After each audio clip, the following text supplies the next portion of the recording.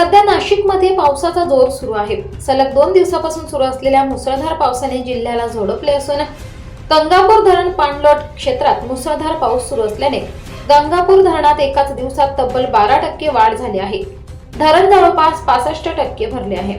तसेच दिनांक 21/6/2025 रोजी गंगापूर धरण नदी विसर्ग 1160 क्युसेक इतका करण्यात आला असून दुपारी 12 वाजता 1160 क्युसेकने वाढ करून एकूण 2320 क्युसेक करण्यात येणार असल्याचं सांगण्यात आले आहे।